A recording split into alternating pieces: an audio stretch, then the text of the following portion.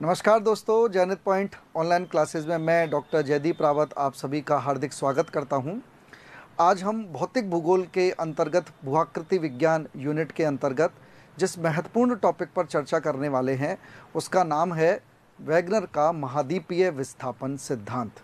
जैसा कि आप बैकग्राउंड में भी देख पा रहे होंगे, देखिए वैगनर का महाद्वीपीय विस्थापन सिद्धांत भौतिक भूगोल में एक महत्वपूर्ण सिद्धांत है, क्योंकि सर्वप्रथम जब हम भौतिक भूगोल की शुरुआत करते हैं तो हम महाद्वीप और महासागरों से शुरुआत करते हैं। तो यह सिद्धांत महाद्वीप और महासागरों की उत्पत्ति किस प्रकार हुई, वर्तमान में जो महाद्वीप महासागर हमको दिखते हैं या उनकी स्थिति किस प्रकार की है, उसकी ये व्याख्या करने का प्रयास करता है यह सिद्धांत। तो आज हम इस वैगनर के महाद्वीपीय विस्थापन सिद्धांत के इस पार्ट 1 के अंतर्गत हम निम्न बिंदुओं पर चर्चा करेंगे कि सर्वप्रथम वैगनर का जो ये सिद्धांत देने का उद्देश्य क्या था। दूसरा जो महत्वपूर्ण जो पार्ट है उद्देश्य के बाद में, वह था कि इन्होंने आधार क्या लिए, क्योंकि कोई भी जो सिद्धांत लिया जाता है उसमें कुछ ना कुछ बातें मानी जाती हैं। तो इन्होंने आधार क्या लिए, उद्देश्य क्या थे इनके, और सबसे महत्वपूर्ण बात यह है कि इन्होंने अपने सिद्धांत को प्रमाणित करने के लिए जो विभिन्न प्रमाण प्रस्तुत किए उनके बारे में आज हम इस क्लास में विस्तृत रूप में चर्चा करेंगे। आगे की जो प्रक्रिया है या बल है उनके बारे में नेक्स्ट क्लास में चर्चा करेंगे। तो अब हम स्टार्ट करते हैं वैगनर का महाद्वीपीय विस्थापन सिद्धांत। वैगनर का महाद्वीपीय विस्थापन सिद्धांत, जैसे कि आप स्लाइड में देख पा रहे हैं, इसमें सिद्धांत में महत्वपूर्ण दो शब्द हैं, एक तो है महाद्वीपीय और दूसरा विस्थापन। यदि हम इनको ध्यान से देखें, महाद्वीपीय और विस्थापन ये जो दोनों शब्द हैं, इनका तात्पर्य यही है कि कहीं ना कहीं ये वैगनर मान करके चलते हैं कि महाद्वीपों में विस्थापन हुआ है। तो क्या सबसे पहले ये बात महाद्वीपों के विस्थापन की क्या सर्वप्रथम वैगनर महोदय ने ही प्रस्तुत की? तो उसके लिए हम देखते हैं नेक्स्ट स्लाइड में, यूरोप, अफ्रीका और अमेरिका, इन तीनों महाद्वीपों के एक साथ जुड़े होने की संभावना सबसे पहले, मतलब वैगनर महोदय से बहुत पहले 1596 में एक डच मानचित्रवेत्ता थे अब्राहम आर्टेलियस ने व्यक्त की थी। क्योंकि अभी हम देखेंगे कि वैगनर ने अपने आधार में यही लिया था कि सभी महाद्वीप आपस में जुड़े हुए थे। तो वैगनर से बहुत पहले ही 1596 में अब्राहम आर्टेलियस ने यह संभावना व्यक्त की थी। उनके बाद में एंटोनियो पेलगिरनी ने एक मानचित्र बनाया जिसमें तीनों महाद्वीपों को इकट्ठा दिखाया गया था। तो ये कार्य भी एंटोनियो पेलगिरनी ने किया। उनके बाद में महाद्वीपीय विस्थापन का विचार, जो एक विचार के रूप में आया, एक सिद्धांत के रूप में नहीं था, ये 1620 में फ्रांसिस बेकन, 1858 में स्नाइडर और 1910 में एफ.बी. टेलर ने प्रस्तुत किया था। 1910 में ये बहुत ही महत्वपूर्ण विद्वान हैं एफ.बी. टेलर, जिन्होंने महाद्वीपीय विस्थापन का विचार व्यक्त किया और ये बताया कि महाद्वीपों में विस्थापन हुआ है। अब हम इनके मूल सिद्धांत पर जाते हैं। वैगनर महोदय ने जो बातें बताई, प्रोफेसर जो अल्फ्रेड वैगनर हैं, ये एक जर्मनी के प्रसिद्ध जलवायुवेत्ता अर्थात मौसमविद और भूशास्त्रवेत्ता थे। ये एक भूगोलवेत्ता नहीं थे, ये एक जलवायुवेत्ता थे अथवा मौसमविद थे और विभिन्न जलवायु, विश्व की जलवायुओं का ये अध्ययन करते थे। इन्होंने महाद्वीपीय विस्थापन सिद्धांत का जो प्रतिपादन है वो 1912 में किया था। 1912 में इन्होंने अपना ये सिद्धांत दिया। अब इनके सिद्धांत के महत्वपूर्ण जो उद्देश्य थे वो क्या थे, ये क्या देना चाह रहे थे?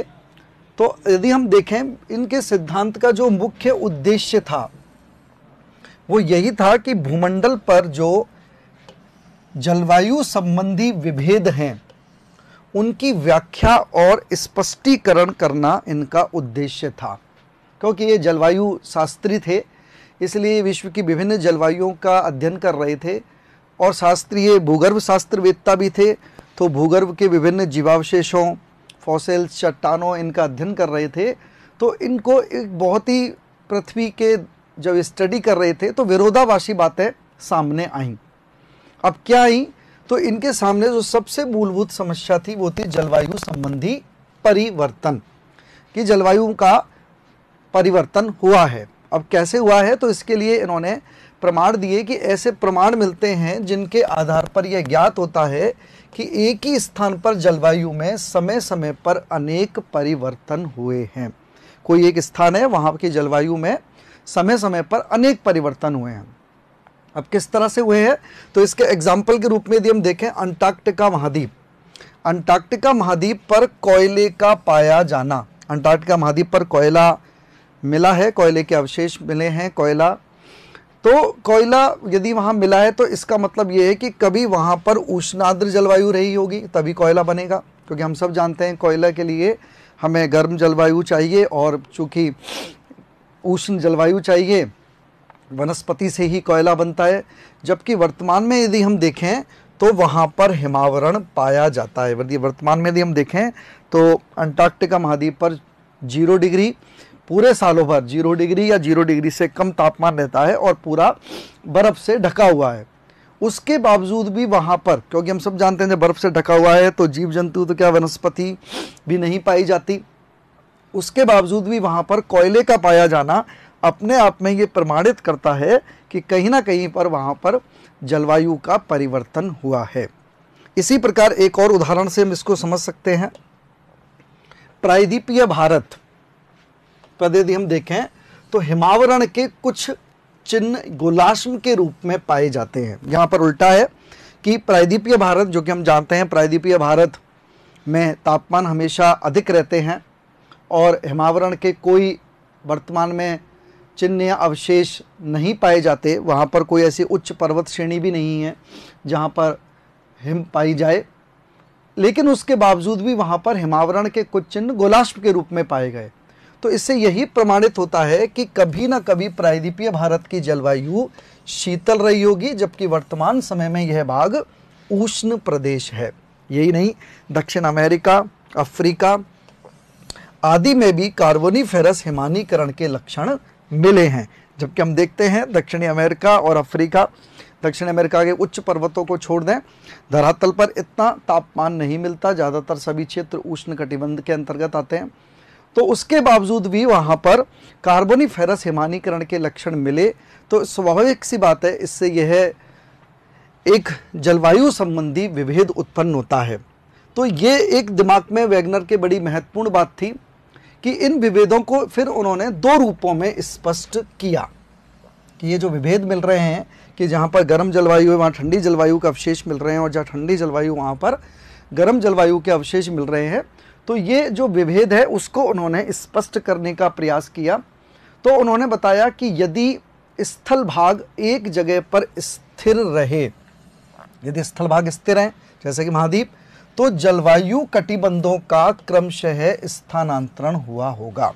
कहने का तात्पर्य यही है कि यदि कहीं पर पहले शीत जलवायु है तो वहाँ पर जलवायु कटिबंधों का स्थानांतरण हो गया और शीत से उष्ण हो गई होगी, और यदि उष्ण जलवायु है तो वो शीत हो गई होगी। इस प्रकार की कभी ना कभी उष्ण जलवायुओं का परिवर्तन हुआ होगा। परंतु यदि हम देखें, वैगनर महोदय ने भी डिटेल में इनकी स्टडी की तो ये पाया कि ऐसे स्थानांतरण के प्रत्यक्ष प्रमाण नहीं मिलते हैं। इस तरह से एक पर्टिकुलर स्थान पर, एक निश्चित स्थान पर जलवायु परिवर्तित होना संभव नहीं है, क्योंकि जलवायु का संबंध सूर्य की स्थिति से है और सूर्य की स्थिति प्रत्येक काल में एक समान ही रहती है। हाँ, ये जलवायु परिवर्तित हो सकती है, लेकिन वो पूरे क्षेत्र में या पूरे पृथ्वी पर एक साथ होती है, जिसे हम हिमयुग कहते हैं या उष्ण काल कहते हैं। तो यह संभव नहीं था। दूसरी संभावना वैगनर महोदय ने प्रकट की कि यदि जलवायु कटिबंध स्थिर रहे, जैसा कि हम कह रहे हैं कि भाई जलवायु परिवर्तित नहीं हो सकती, जलवायु एक स्थान पर एक जैसी रहेगी, तो फिर इसका मतलब स्थल भागों का स्थानांतरण हुआ होगा। ये बात वैगनर महोदय ने कही कि यदि जलवायु कटिबंध स्थिर रहे हैं तो स्थल भागों का स्थानांतरण होगा। कहने का मतलब ये है कि पहले कोई भाग गर्म प्रदेश में था और फिर वो स्थानांतरित होकर के बाद में ठंडे प्रदेश में चला गया, अथवा पहले वो ठंडे प्रदेश में था वो स्थान और बाद में फिर वो गर्म प्रदेश की ओर चला गया। ये वैगनर महोदय कहना चाहते हैं। निष्कर्ष रूप में यदि अभी हम देखें तो वैगनर महोदय स्थल के स्थायित्व को पूर्णतया अस्वीकार किया है। उन्होंने पूरी तरह से इसको अस्वीकार कर दिया कि स्थल भाग स्थायी हैं। उनके स्थानांतरण अथवा प्रवाह में विश्वास किया है, जिसको हम विस्थापन भी कह सकते हैं, प्रवाह ड्रिफ्ट भी कहते हैं। उसमें उन्होंने विश्वास किया है कि सभी महाद्वीपों में प्रवाह हुआ है। अब इसी आधार को लेकर के हम आगे बढ़ेंगे। वैगनर ने जलवायु संबंधी विभेदों को समझाने के लिए महासागरों की तली और महाद्वीपों की स्थिरता की संकल्पना को गलत प्रमाणित करने के लिए इस सिद्धांत का प्रतिपादन किया। अब हम समझ गए कि वैगनर महोदय का क्या उद्देश्य था इस सिद्धांत को देने का। वो तो एक जलवायु शास्त्री थे और विभिन्न प्रकार की जलवायुओं की स्टडी कर रहे थे, लेकिन यदि हम ध्यान से देखें कि उनको विभिन्न जलवायुओं और क्षेत्रों में विभेद मिले और उनसे ये निष्कर्ष पर पहुँचे कि महाद्वीपों में स्थानांतरण अथवा प्रवाह हुआ है, और इसीलिए उनके जलवायु संबंधी विभेदों को समझाने और महासागरीय तली तथा महाद्वीपों की स्थिरता, क्योंकि अभी तक ये माना जाता था कि महाद्वीप और महासागरों की तली स्थिर है, इसकी संकल्पना को गलत प्रमाणित करने के लिए ही इस सिद्धांत का उन्होंने प्रतिपादन किया। अब हम समझ सकते हैं कि उन्होंने इतना महत्वपूर्ण सिद्धांत का प्रतिपादन किया तो उन्होंने कुछ आधार माने।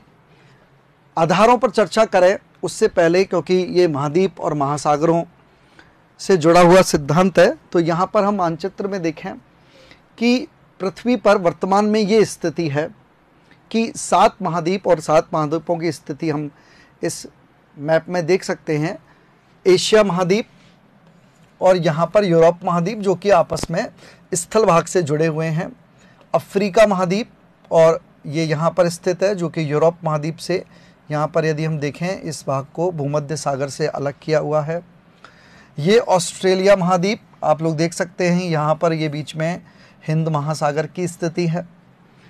इधर उत्तरी अमेरिका पश्चिम की तरफ और दक्षिणी अमेरिका महाद्वीप आप लोग देख सकते हैं, ये यूरोप और अफ्रीका से एस अक्षर की आकृति के अटलांटिक महासागर से पृथक किए हुए हैं।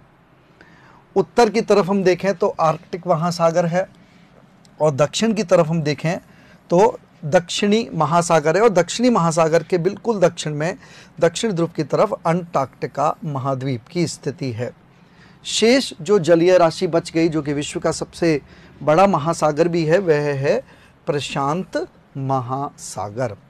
तो इस प्रकार वर्तमान में ये महाद्वीपों की स्थिति है। अब क्या ये प्रत्येक काल में या जब से पृथ्वी की उत्पत्ति हुई तभी से इन महाद्वीपों की स्थिति इसी प्रकार की थी? कैसी थी? इन सबको वैगनर महोदय ने समझाने का प्रयास किया है, तो हम उनके उसी रूप को आगे समझने की कोशिश करते हैं। तो हम देखें आगे इनके आधारों पर चर्चा करते हैं।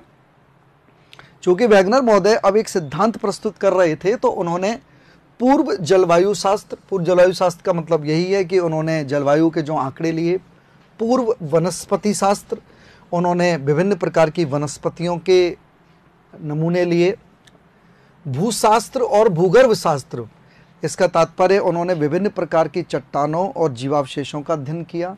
उनके आधार पर उन्होंने माना कि कार्बनीफेरस युग में, कार्बनीफेरस युग, ये हम किसी और भी क्लास में कभी चर्चा करेंगे कि हमारा जो भूगर्भिक समय मापक है, जियोलॉजिकल टाइम स्केल, उसमें ये एक युग है कार्बनीफेरस युग, जो आज से 35 करोड़ साल पूर्व था।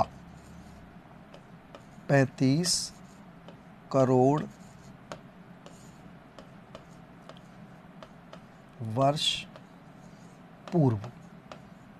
तो आप देख सकते हैं कि आज से 35 करोड़ वर्ष पूर्व कार्बनीफेरस युग में, ये वैगनर महोदय कह रहे हैं कि सभी जो स्थल भाग हैं, सभी स्थल भाग का मतलब सभी महाद्वीप और उनके जितने भी कुछ द्वीप या जो भी पार्ट थे, वो एक ही स्थल भाग के रूप में जुड़े हुए थे। मतलब कहने का तात्पर्य है कि सभी जो महाद्वीप हैं वो आपस में जुड़े हुए थे। इसे उन्होंने पेंजिया कहा, उसे उन्होंने पेंजिया नाम दिया, जिसे हम सुपर महाद्वीप भी कहते हैं, सुपर कॉन्टिनेंट भी कहते हैं। तो उन्होंने ये बताया कि आज 35 करोड़ साल पहले कार्बनीफेरस युग में सभी महाद्वीप आपस में जुड़े हुए थे, जिसे उन्होंने पेंजिया कहा। आप लोग देख सकते हैं इस स्लाइड में, ये एक पेंजिया का रूप है, ध्यान से देखें तो इसमें सातों महाद्वीप आपस में एक रूप में जुड़े हुए हैं। ये आप लोग देखें तो यूरेशिया, ये उत्तरी अमेरिका, दक्षिणी अमेरिका, अफ्रीका, ऑस्ट्रेलिया, अंटार्कटिका और भारत या इंडिया। यूरेशिया का मतलब यूरोप और एशिया। तो ध्यान से देखें तो ये जो सातों जो महाद्वीप हैं वो आपस में एक पेंजिया के रूप में जुड़े हुए हैं। तो ये बात वैगनर महोदय ने अपने आधार में प्रस्तुत की। इस पेंजिया के चारों ओर एक विशाल जल भाग था, एक जिसे हम आद्य समुद्र कह सकते हैं, एक महासागर था, जिसे उन्होंने पेंथालासा कहा। कहने का तात्पर्य है जो स्थल रूपी भाग पेंजिया था उसको चारों ओर से एक जलीय भाग पेंथालासा ने घेरा करके रखा हुआ था, जिसे उन्होंने पेंथालासा कहा। फिर आगे वैगनर महोदय ये कहते हैं कि जो पेंजिया, क्योंकि हम आगे की प्रक्रिया में पढ़ेंगे कि पेंजिया में विस्थापन या टुकड़े होकर के वो दो भागों में विभक्त होगा सर्वप्रथम। तो उनके दो भागों में उत्तरी और दक्षिणी भाग बताए उन्होंने वैगनर महोदय ने। तो उन्होंने उनके नाम भी दिए कि पेंजिया के उत्तरी भाग को उन्होंने लॉरेशिया कहा, जिसको कि हम अभी आगे की स्लाइड में भी देखते हैं, लॉरेशिया। यदि हम ध्यान से देखें तो वर्तमान में इसके अंतर्गत उत्तरी अमेरिका महाद्वीप, यूरोप तथा एशिया महाद्वीप को सम्मिलित करते हैं। कहने का तात्पर्य एशिया, यूरोप और उत्तरी अमेरिका सम्मिलित रूप से लॉरेशिया का भाग थे। इसी प्रकार उन्होंने दक्षिणी भाग को गोंडवाना लैंड कहा। यदि हम देखें तो दक्षिणी जो गोंडवाना लैंड है वो दक्षिणी अमेरिका, अफ्रीका, मेडागास्कर, प्रायद्वीपीय भारत, ऑस्ट्रेलिया और अंटार्कटिका से मिलकर के बना है। यदि हम इसको दूसरे रूप में देखें तो अफ्रीका, दक्षिणी अमेरिका, मेडागास्कर, प्रायद्वीपीय भारत, ऑस्ट्रेलिया और अंटार्कटिका संयुक्त रूप से गोंडवाना लैंड के भाग माने जाते हैं। तो इस तरह से पेंजिया के भी दो भाग वैगनर महोदय ने बताए, एक उत्तरी और एक दक्षिणी। तो ये जो पेंजिया, पेंथालासा, गोंडवाना लैंड, लॉरेशिया, इन सबको हम एक डायग्राम या मैप में देखने की कोशिश करते हैं। आप लोग देखें ये एक पेंजिया का रूप है और इसमें आपको सातों महाद्वीप यूरेशिया, उत्तरी अमेरिका, अफ्रीका, साउथ अमेरिका, दक्षिण अमेरिका, अंटार्कटिका, भारत और ऑस्ट्रेलिया प्रदर्शित किए हुए हैं। नेक्स्ट स्लाइड में यदि हम देखें तो इसमें भी यही प्रस्तुत किया हुआ है। इसमें पेंथालासा की स्थिति भी बताई गई है, जिसने चारों ओर से और इस पेंजिया को घेरे हुए है। ये देखें, ये इस जो डायग्राम में पेंजिया के दो भाग उत्तरी और दक्षिणी भाग प्रदर्शित किए गए हैं। उत्तरी भाग जो कि हमने बताया लॉरेशिया है और दक्षिणी भाग जो है गोंडवाना लैंड। इधर भी यदि हम देखें ये लॉरेशिया और ये गोंडवाना लैंड। नेक्स्ट स्लाइड में हम दोनों रूपों को अच्छे से समझने की कोशिश करते हैं। आप लोग ध्यान से देखें तो ये पेंजिया और पेंथालासा का एक बहुत ही महत्वपूर्ण प्रतिरूप है। यदि हम ध्यान से देखें तो ये जो पेंजिया की स्थिति है, ये पूरा पेंजिया है, पेंजिया जिसको हम सुपर कॉन्टिनेंट भी कहते हैं। पेंजिया जो सभी स्थल भागों का एक संयुक्त रूप है। ये 7 वर्तमान के महाद्वीपों से मिलकर के बना है, जिसमें हम देखें तो यूरेशिया, यूरोप और एशिया। इधर यदि हम देखें तो ये उत्तरी अमेरिका, ये दक्षिणी अमेरिका जिसको अमेरिका डी डेलसुर लिखा है, अफ्रीका, भारत, अंटार्कटिका और ऑस्ट्रेलिया। यदि हम ध्यान से देखें यहाँ पर एक और तथ्य लिखा हुआ है, मरडे टेथिस, जिसको हम टेथिस सागर कहते हैं। और अभी हम आगे की प्रक्रिया में इसको पढ़ेंगे कि जब उत्तरी और दक्षिणी भाग पेंजिया के, जिसको हमने उत्तरी भाग को लॉरेशिया और दक्षिणी भाग को गोंडवाना लैंड कहा, जब ये पृथक हुए तो उनके मध्य में टेथिस सागर की उत्पत्ति हुई थी। तो इसको हम आगे पढ़ेंगे, अभी हम नेक्स्ट स्लाइड में भी देखते हैं। और इस पेंजिया को यदि आप ध्यान से देखें, चारों ओर से पेंथालासा रूपी आद्य समुद्र या जलीय भाग ने घेरा हुआ है। नेक्स्ट स्लाइड में यदि हम देखें तो हमको लॉरेशिया और गोंडवाना लैंड भी अलग पृथक रूप में दिखाई देंगे। आप लोग देखें इस तरह से, ये देखें, अभी हमने बताया कि जो उत्तरी भाग है वो लॉरेशिया कहा, और जो पेंजिया का दक्षिणी भाग है उसको हमने गोंडवाना लैंड कहा। हमने ये बताया कि लॉरेशिया के अंतर्गत उत्तरी अमेरिका और यूरोप तथा एशिया अर्थात यूरेशिया को सम्मिलित करते हैं। गोंडवाना लैंड के अंतर्गत हम दक्षिणी America, Africa, Antarctica, Australia, Bharat और मेडागास्कर को सम्मिलित करते हैं।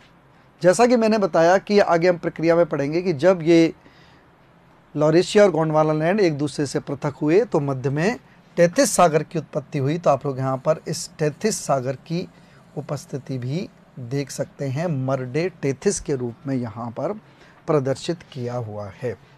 तो ये इस चित्र के द्वारा हम बहुत ही महत्वपूर्ण रूप में वैगनर महोदय ने जो आधार लिया पेंजिया, लॉरेशिया, गोंडवाना लैंड या पेंथालासा का, उसको हम इस चित्र के द्वारा समझ सकते हैं। इसको हम इस वर्तमान के रूप से भी यदि हम देखें तो आप लोग तुलना कर सकते हैं कि इन कहाँ एक पेंजिया स्थल भागों का एक रूप जो आपस में जुड़ा हुआ है, चारों तरफ पेंथालासा रूपी आद्य समुद्र से घिरा हुआ है, और वर्तमान में यदि हम देखें तो ये महाद्वीप जो हैं वो एक दूसरे से कहीं ना कहीं महासागरों द्वारा, सागरों द्वारा पृथक किए गए हैं और हजारों किलोमीटर की दूरी पर स्थित हैं। तो हम ये समझ सकते हैं कि कहीं ना कहीं इनमें बड़े पैमाने पर विस्थापन हुआ है। अब स्वाभाविक सी बात है, यदि विस्थापन हुआ है और ये सातों महाद्वीप पहले आपस में जुड़े हुए थे तो इनमें पहले कुछ बलों के द्वारा इनमें टूटने की प्रक्रिया हुई, उसके बाद में इनमें गति हुई और विस्थापित होकर के ये वर्तमान रूप में आए। तो वैगनर महोदय के सामने ये भी एक बहुत ही महत्वपूर्ण एक जिम्मेवारी या एक समस्या के रूप में था कि वो इस बात को भी प्रमाणित करें कि पहले सातों महाद्वीप आपस में जुड़े हुए थे और फिर इनमें कुछ बलों के द्वारा गति हुई और उसके बाद में ये जो महाद्वीप हैं ये गति करके और एक स्थान से दूसरे स्थान पर वर्तमान रूप में आ गए। तो हम आगे इनके प्रमाणों पर चर्चा करते हैं। यदि हम देखें तो वैगनर महोदय ने पूरी कोशिश की कि वो ये प्रमाणित करें कि सातों महाद्वीप आपस में जुड़े हुए थे। तो इसके लिए उन्होंने कई प्रमाण प्रस्तुत किए। तो उन प्रमाणों में हम सबसे पहले चर्चा करते हैं महत्वपूर्ण प्रमाण की, जो कि वैगनर महोदय ने प्रस्तुत किया। उनके अनुसार अटलांटिक के दोनों तटों पर भौगोलिक समरूपता पाई जाती है, अर्थात दोनों तट एक दूसरे से मिलाए जा सकते हैं। उन्होंने बताया कि जिस तरह से दोनों तट किस तरह से मिलाए जा सकते हैं, जैसे कि कोई वस्तु, किसी वस्तु के हम टुकड़े कर दें और उनको फिर पुनः आपस में जोड़ दें तो उसको हम जिक्सा फिट कहते हैं।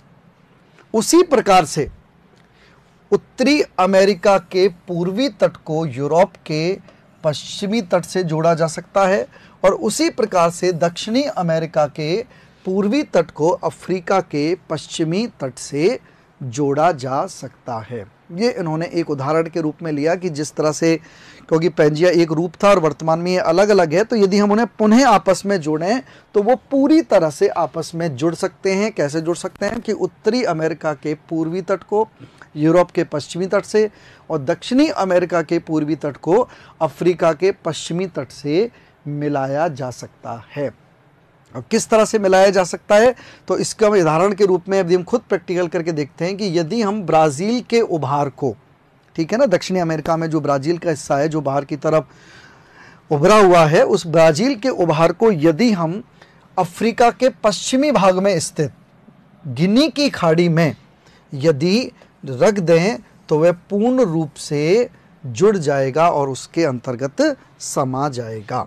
यदि हम ध्यान से देखें तो इसको हम खुद प्रैक्टिकल करके भी देखते हैं। आप लोग ध्यान से देखें, ये पहले हम एक कार्य करते हैं, हम यहाँ गिनी की खाड़ी और ब्राज़ील उभार पर देखें, चर्चा करते हैं। ये आप लोग ध्यान से देखें तो अफ्रीका का ये पश्चिमी भाग है, ये जो है ये गिनी की खाड़ी है, और यदि हम ध्यान से देखें तो ये ब्राज़ील का उभार है। वैगनर महोदय ये कह रहे हैं कि ये जो ब्राज़ील का उभार है, इसे हम आसानी से इसके अंतर्गत पूरी तरह से जोड़ सकते हैं। तो आप लोग देख सकते हैं कि किस तरह से ये जुड़ सकता है, जिसको कि हम नेक्स्ट स्लाइड में देखते हैं, जिसको हम जिक्सा फिट भी कहते हैं। और बच्चों के गेम्स में भी ये पजल्स के रूप में भी हम देख सकते हैं, जैसे बच्चे आपस में कुछ पजल्स को जोड़ते हैं पहले। तो उसी तरह से यदि हम देखें तो ये देखो, आप ध्यान से देखें, ये जो अफ्रीका का गिनी की खाड़ी वाला भाग है, इसमें हमने दक्षिणी अमेरिका के ब्राज़ील के उभार को पूरी तरह से जोड़ने का प्रयास किया, जो पूरी तरह से जुड़ भी गया है। तो ये अपने आप में एक प्रमाण के रूप में प्रस्तुत है कि किस तरह से और कभी ना कभी ये महाद्वीप आपस में एक दूसरे से जुड़े हुए थे। आप लोग ध्यान से देखें और खुद हम देख सकते हैं इनको इस तरह से करके। तो ये बहुत ही महत्वपूर्ण प्रमाण था, और अन्य महाद्वीपों को भी हम इस प्रकार से जोड़ सकते हैं। ये वैगनर महोदय ने महत्वपूर्ण प्रमाण प्रस्तुत किया। दूसरा प्रमाण है कि भूगर्भिक प्रमाणों के आधार पर वैगनर महोदय ने यह बताया कि अटलांटिक के दोनों तटों के कैलेडोनियन और हर्षिनियन पर्वत क्रमों में समानता पाई जाती है। हर्षिनियन और कैलेडोनियन ये पर्वत क्रमों के युगों के हिसाब से उनके नाम हैं, या युगों के हिसाब से उनका वर्गीकरण किया गया है। तो यदि हम ध्यान से देखें कि अटलांटिक के जो दोनों तट हैं, अटलांटिक के दोनों तट का तात्पर्य वही जो भी हम चर्चा कर रहे थे कि उत्तरी अमेरिका का पूर्वी भाग और यूरोप का पश्चिमी भाग, अथवा दक्षिणी अमेरिका का पूर्वी भाग और अफ्रीका के पश्चिमी तट पर जो भी हमें पर्वत क्रम पाए जाते हैं, उनमें बिल्कुल समानता पाई जाती है। कहने का तात्पर्य यह कि वो समानता तभी मिलेगी जब वो महाद्वीप आपस में जुड़े हुए होंगे। पहले वो पर्वत श्रेणियां वहां पर स्थित थी, और बाद में जब वो अलग हुए तो वो भी दोनों आपस में अलग हो गए।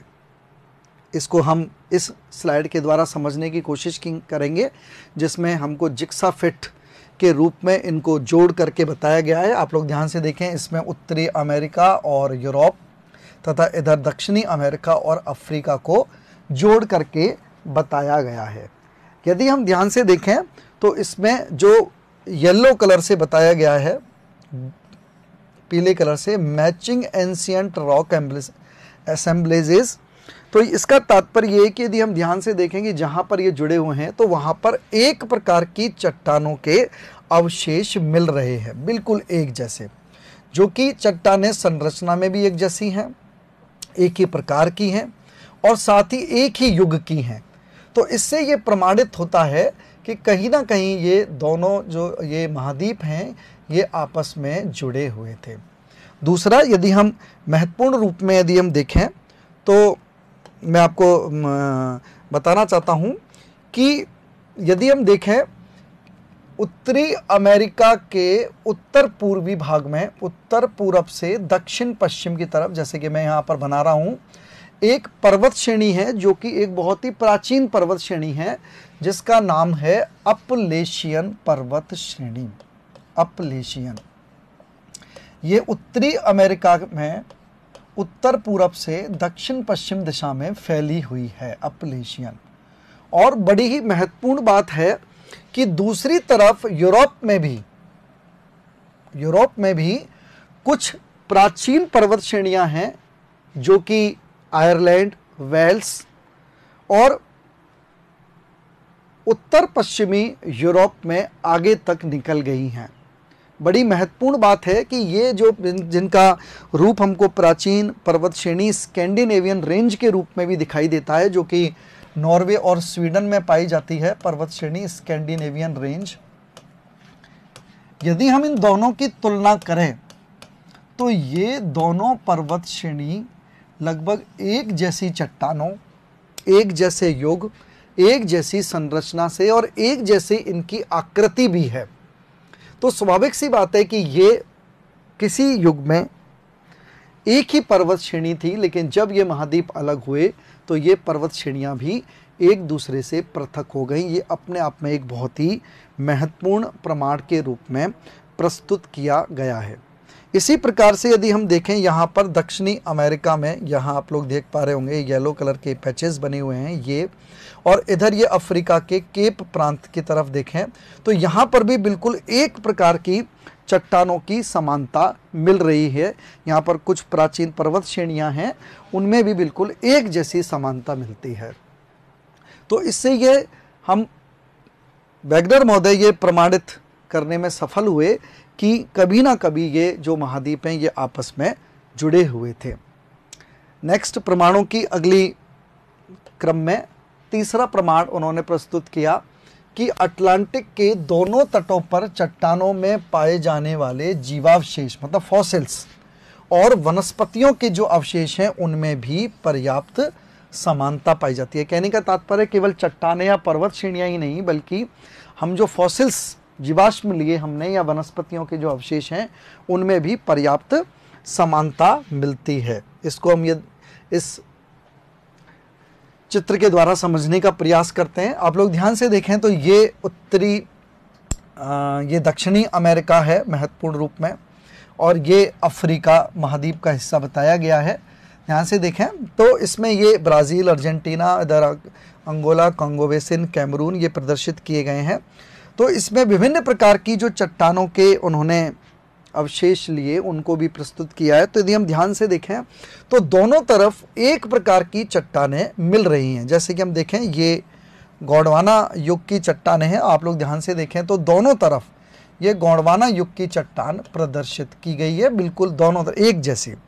उसके अलावा क्रेटेशियस इयोसिन युग की चट्टानें, तो क्रेटेशियस इयोसिन युग की जो चट्टानें हैं वो भी दोनों तरफ, ये देखें आप लोग ध्यान से, यहाँ ब्राज़ील वाले क्षेत्र में यहाँ पर, और ये पश्चिमी अफ्रीका में यहाँ पर भी इयोसिन युग की क्रेटेशियस इयोसिन युग की चट्टानें मिल रही हैं।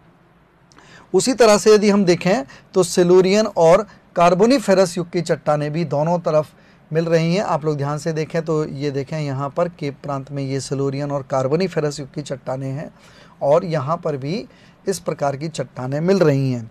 उसी प्रकार से यदि हम देखें प्राचीन ग्रेनाइट की चट्टानें, तो आप लोग देखें ये प्राचीन ग्रेनाइट के पैचेज हैं बृहद रूप में, और दूसरी तरफ भी दक्षिणी अमेरिका में ब्राज़ील वाले क्षेत्र में भी बृहद रूप में प्राचीन जो ग्रेनाइट के चट्टानों के रूप मिल रहे हैं।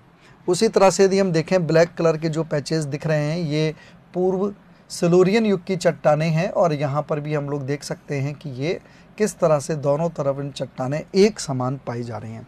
तो ये भी अपने आप में एक प्रमाण है कि वर्तमान में इन दोनों क्षेत्रों में हज़ारों किलोमीटर की दूरी है, उसके बावजूद भी कहीं ना कहीं और इनमें एक समान चट्टानों के अवशेष मिले। ये प्रमाणित करता है कि कभी ना कभी ये जो महाद्वीप हैं ये आपस में जुड़े हुए थे।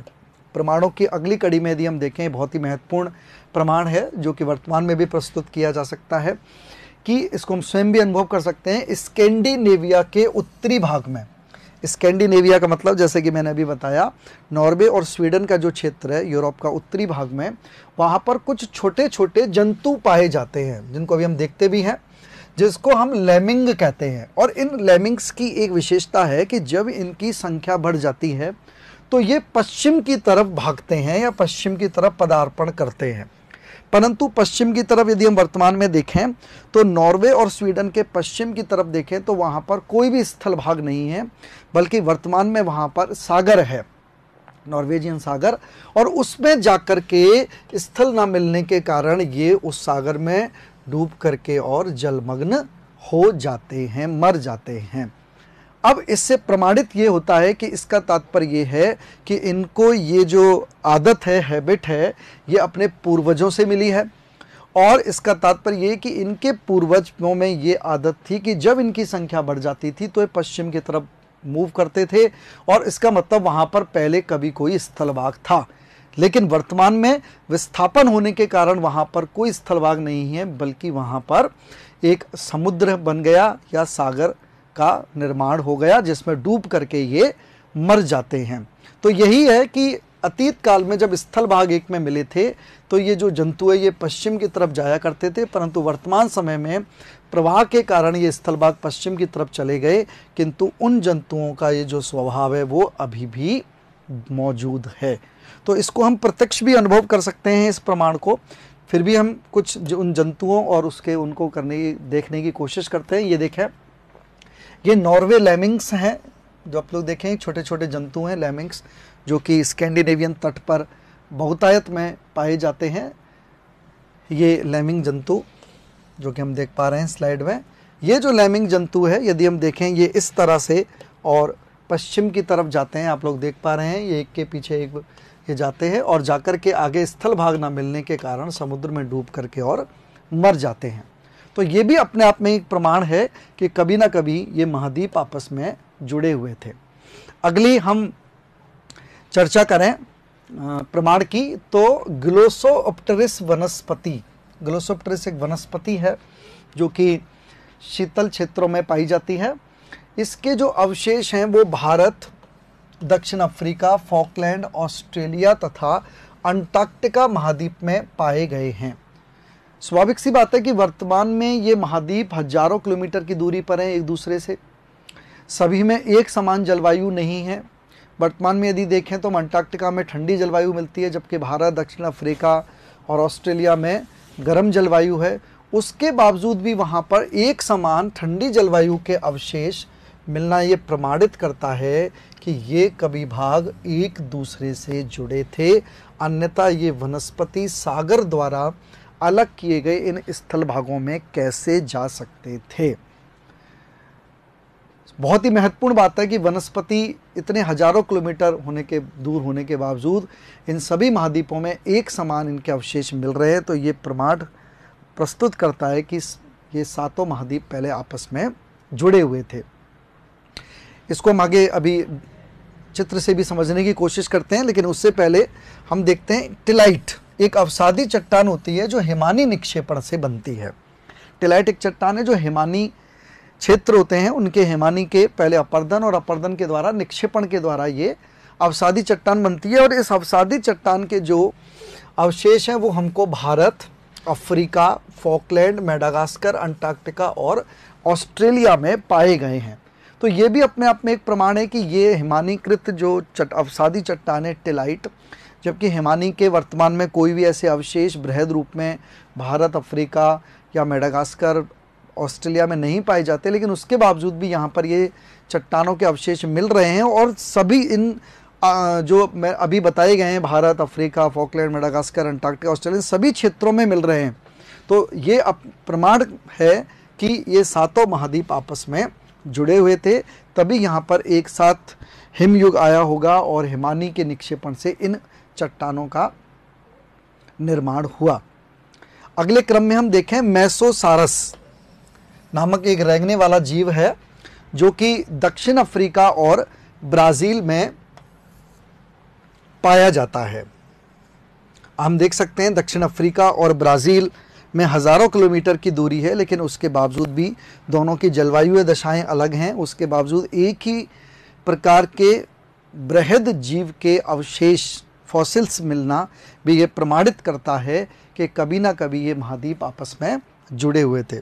इसको हम इस चित्र के द्वारा समझने की कोशिश करते हैं, जिसमें आप देखें कि गोंडवाना लैंड के जो महाद्वीप या क्षेत्र हैं उनको आपस में जोड़ करके बताया गया है, जिसमें दक्षिण अमेरिका, अफ्रीका, भारत, अंटार्कटिका और ऑस्ट्रेलिया, मेडागास्कर, इनको जोड़ करके बताया गया है।